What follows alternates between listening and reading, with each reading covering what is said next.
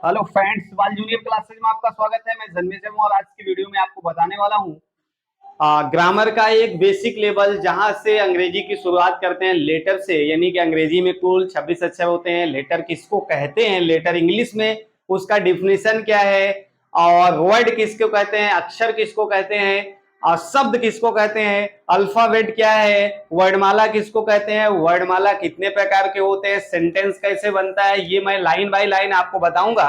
तो आइए चलते हैं, वीडियो पे देखेंगे। सबसे पहले है लेटर। लेटर मीन्स होता है अक्षर। लेटर सबसे पहले जो शुरुआत होती है अंग्रेजी की, वो लेटर से होती है, अक्षर की। अक्षर को इंग्लिश में परिभाषित कैसे करते हैं देखेंगे। A written or printed sign that present a sound in language. A written or printed, एक लिखित अथवा मुद्रित साइन, एक संकेत, एक लिखित अथवा मुद्रित संकेत that present the sound in language, जो भाषा में साउंड को प्रेजेंट करता है। अथवा एकदम छोटे सा डिफिनेशन आप सेल्फ में समझ सकते हैं कि a small unit of sound is called the letter. Small unit of sound, आवाज की सबसे छोटी इकाई, वॉइस की सबसे छोटी इकाई ही लेटर कहलाता है। अंग्रेजी में लेटर कितने होते हैं, 26। ए से जेड तक अक्षरों की संख्या कितनी है गाइज, आपको सबको मालूम है, 26 अक्षर होते हैं। उन्हीं को कहा जाता है लेटर। दूसरा आ जाते हैं अल्फाबेट, वर्णमाला।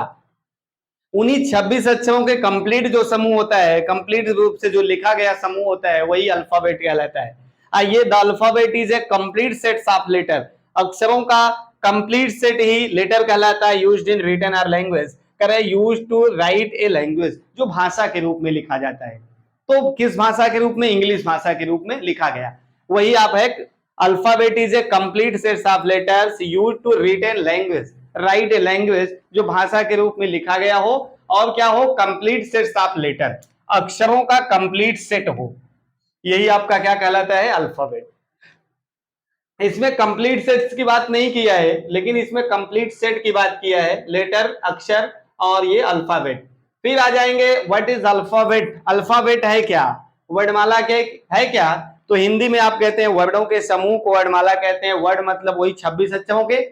तो उस क्रम में देखेंगे, सबसे पहले आता है, इसको दो भागों में बांटा जाता है, स्वर और व्यंजन, जिसको वॉवेल और कॉन्सोनेंट कहते हैं। वॉवेल और कॉन्सोनेंट। तो अंग्रेजी में वॉवेल किसको कहते हैं, स्वर क्या है, स्वर किसको कहते हैं। तो स्वर वह शब्द है जिसकी मदद से, मतलब स्वर वैसे वर्ड होते हैं जिनको बोलने के लिए दूसरे वर्डों की सहायता नहीं लेनी पड़ती है। स्वर ऐसे वर्ड होते हैं जिनको बोलने के लिए दूसरे वर्ड की सहायता नहीं लेनी पड़ती है। और कॉन्सोनेंट क्या है, व्यंजन। व्यंजन ऐसे वर्ड होते हैं जिनको बोलने के लिए स्वर की सहायता लेनी पड़ती है।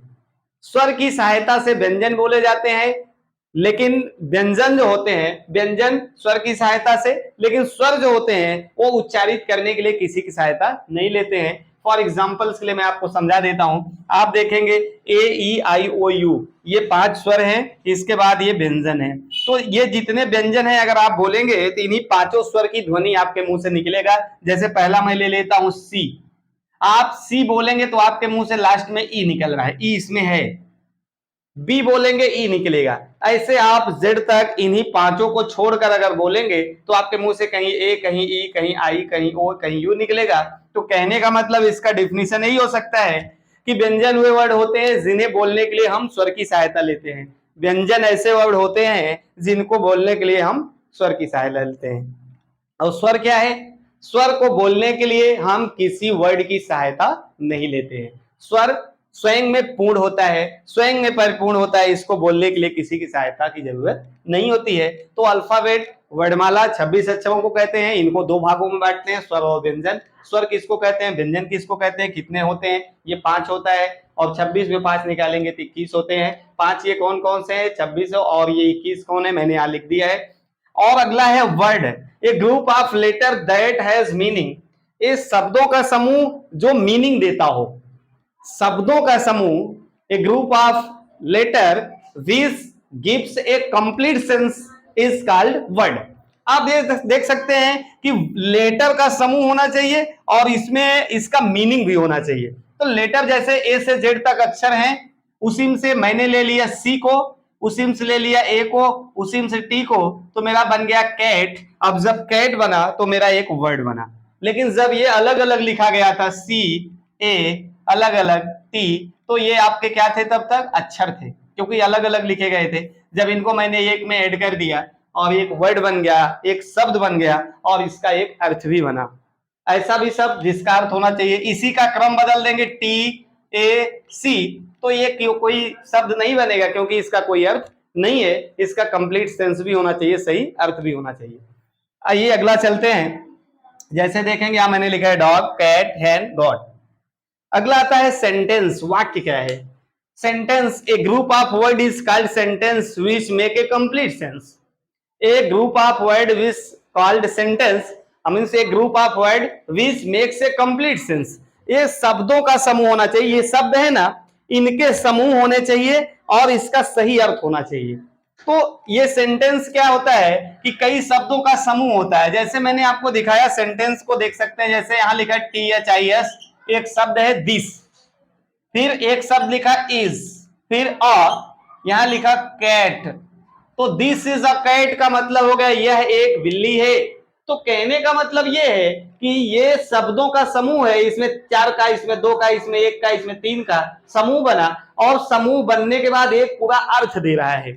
अभी तक एक एक शब्द लिखे गए थे तो शब्द था, लेकिन शब्दों को मिलाने से मैंने सेंटेंस बना दिया वर्ड, ये हो गया सेंटेंस। तो सेंटेंस क्या होता है? शब्दों का समूह होना चाहिए, उसका अर्थ होना चाहिए, वही आपका सेंटेंस है। अभी इसका शब्दों का समूह क्रम को बदल देंगे। अभी मैंने यहां लिख दिया ए इज कैट दिस। इसमें भी शब्दों का समूह है, लेकिन इसका कोई अर्थ नहीं है, इसलिए ये सेंटेंस नहीं है, और ये सेंटेंस है क्योंकि इसका अर्थ निकल रहा है। तो गाइस आप समझ गए होंगे सेंटेंस क्या है, वर्ड क्या है, लेटर क्या है, अल्फाबेट क्या है।